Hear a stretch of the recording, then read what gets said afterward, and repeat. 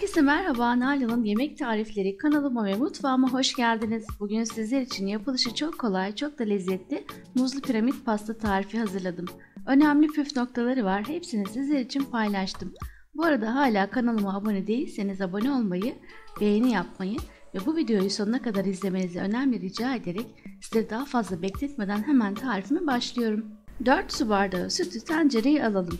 3 yemek kaşığı kakao, 1 yemek kaşığı nişasta, 2 yemek kaşığı un, 1 su bardağı toz şekeri ilave edip çırpıcı ile karıştıralım.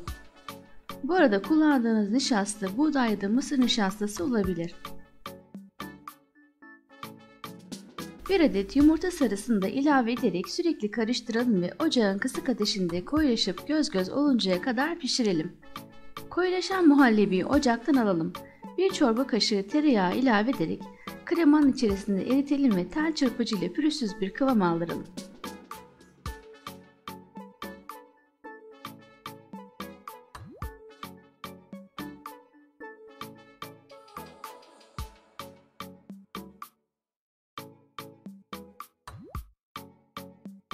Piramit pastanın tabanına 1 adet buzdolabı poşetini serelim. Üzerine enine yan yana gelecek şekilde 3 adet petibör bisküviyi yerleştirelim. 6 sıra olacak şekilde dizelim. Birinci püf noktası, bisküvileri ıslatmayacağımız için kremayı sıcak sıcak bisküvilerin üzerine dökelim. Bir spatula yardımıyla kremayı düzeltelim. Spatulanız yoksa kaşıkla da sürebilirsiniz.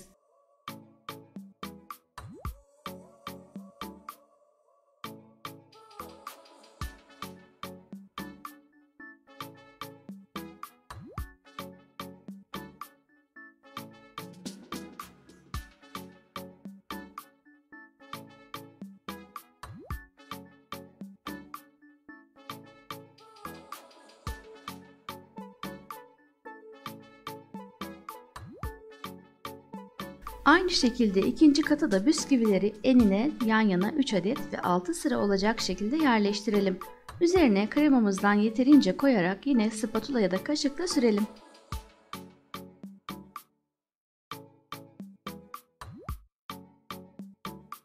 İkinci püf noktası, üçüncü son kata sadece orta kısma 6 sıra bisküvi yerleştirelim. Üzerine krema koyalım ve sürelim. Tüm bisküvilerin üzerinin kremayla kaplanmasına özen gösterelim.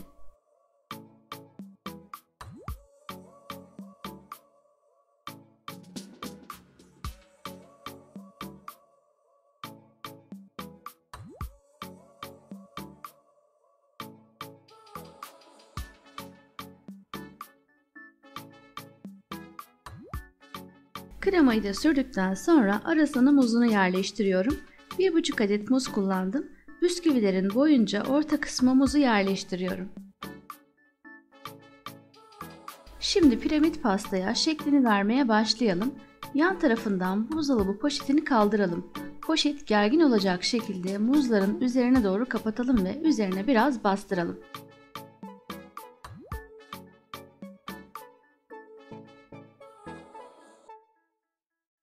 Diğer tarafı da poşeti gergin bir şekilde tutarak muzların üzerine kapatalım. İki tarafı da elimizle üçgen şekli oluşturacak şekilde bastıralım. Şekli verdikten sonra bir kenar alalım.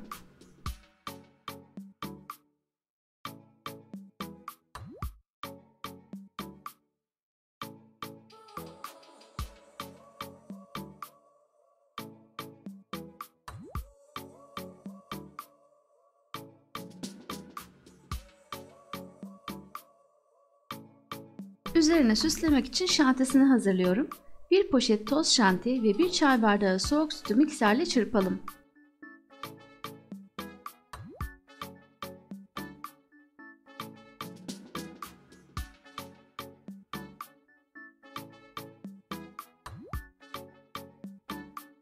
Bir krema sıkma torbasına istediğimiz bir uç takalım. 2 yemek kaşığı ayırıp kalan krem şantinin tamamını sıkma torbasına alalım ve buzdolabında soğuması için bekletelim.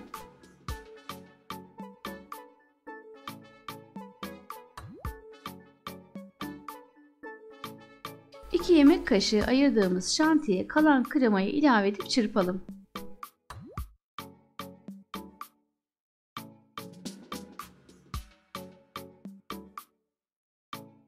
Piramit pastayı servis tabağına alalım. Piramit pastayı elimizle sabitleyerek poşetini altından çekip çıkartalım.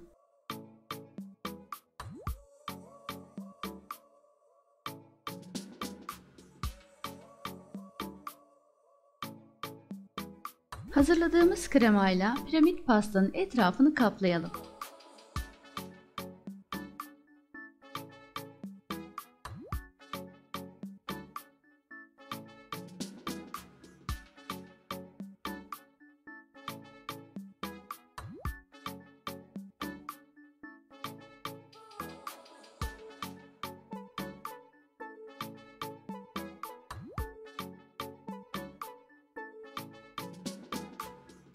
Pastayı 10 dakika bu şekilde dinlendirelim. Bu arada bir adet muzu da ince ince dilimleyelim.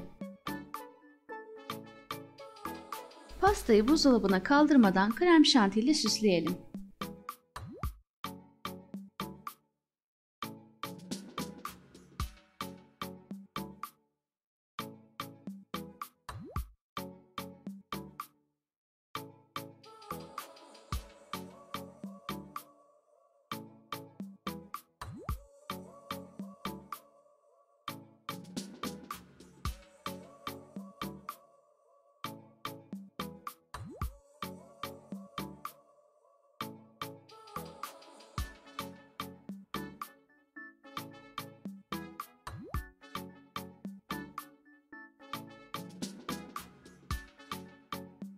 Piramit pastayı muz dilimleri ve toz antep fıstığıyla süsleyerek buzdolabının alt rafında 3-4 saat dinlendirelim.